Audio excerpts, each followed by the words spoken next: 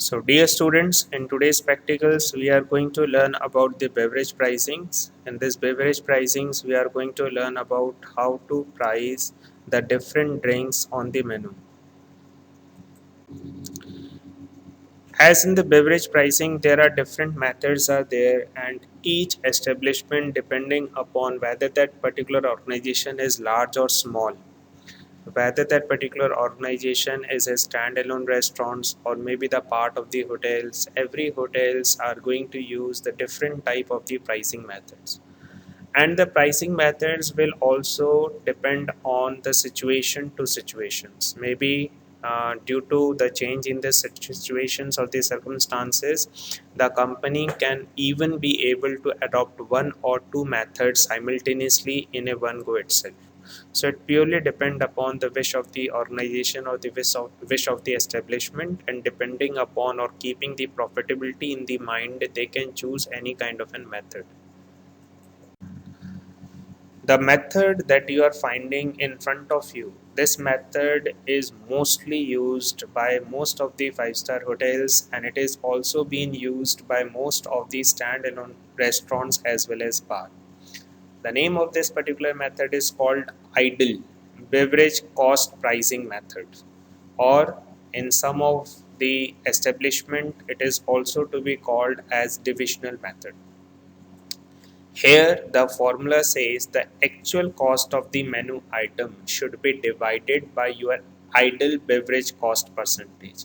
Here, one thing always keep in your mind, the idle beverage cost percentage will have to be taken in terms of in decimal. In terms of in decimal means if we will say 20% is the beverage cost. So 20% in terms of in decimal will come somewhere around 0.20 or maybe zero point 0.2. So likewise, whatever the cost of that particular beverage will be there, that has to be divided by the decimal of the beverage cost percentage. If the beverage cost percentage is 23%, so we'll have to divide the cost of the beverage by 0.23 only. And this is the method that we are going to discuss in the detail in the practical as well. The second type of a pricing method would be called as competition pricing method.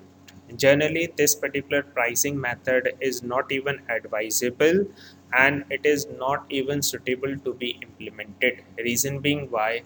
Because you cannot keep the same menu price of your beverage items which your competitor is also using. Reason being, because your cost can be different from the cost of your competitor. Like for take simple example, your bar is based on rental, means you are paying the rent for the area of your bar, or maybe the bar which has been opened by your competitor, that particular bar is opened in his own location, he is the owner of that particular location, he is the owner of that particular area. So your beverage percentage would be different from the beverage percentage of your competitors, so he can easily be able to sell out the beverage items or any kind of food items at a very lesser price, but you cannot do that. Here two things are always keep in the mind. The prices are sometimes to be kept low in order to attract most of the guests. If you have opened your restaurants, if you have opened your bar first time only, you are a novice, you are as a fresher, so in that case your main intention is to increase the footfall of your bar, and in order to do that, in order to achieve this particular target, what you will try to do is you will try to keep the beverage price slightly lower than that of your competitors. So by just seeing the beverage price, automatically most of the customers or the guests are going to come to your bar.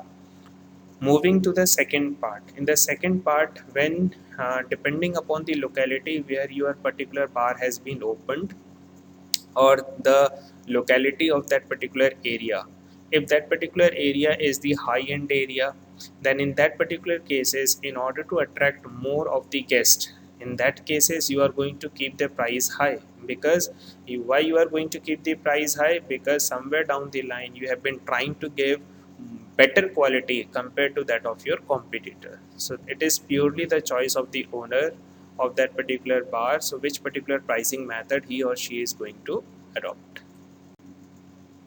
Next method is called demand driven pricing method.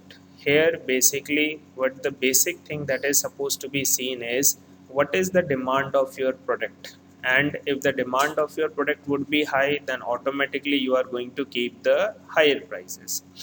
This pricing method is to be considered as circumstances price method only. Why I am saying circumstances price method? Because this particular method cannot be adopted in any of the hotels, it cannot be adopted in any of the standalone restaurants, otherwise the survival of that particular restaurants or the hotels will become very bleak. It will become very uncertain for that particular property to sustain in terms of in food is concerned, in terms of in beverage it is concerned. This particular method is only applicable in certain areas. Like for take simple examples, if we ever visit any cinema hall, any cineplex, in that particular case what we find is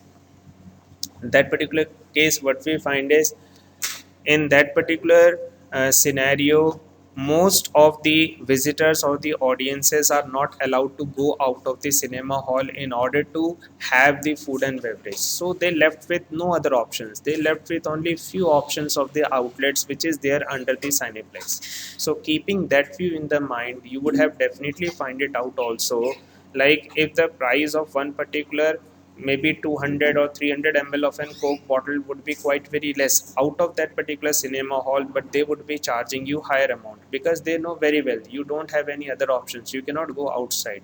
The same principle is applies to the stadium also. Once you have gone to see any kind of an matches like IPL matches, you are inside the stadium and going outside is not permitted. So ultimately you are purely depend on the outlet, food and beverage outlet, which is inside that particular premises only. So in that scenario you will have to pay whatever the price they basically charge. Next, we are moving to the gross profit method. In the gross profit of the method, the selling price of the item is decided. First, here also we need to find out the fixed cost, and that particular fixed cost we need to add the gross profit. And here the gross profit actually means all the different types of the expenses, which may be including labor cost, overhead cost, maybe the rent that you have been paying, or plus the profit that you are expecting after selling that product. So this last method, which is also to be called psychological pricing methods, can also be used side by side with the rest of the method just now we have discussed. What is the psychological pricing method?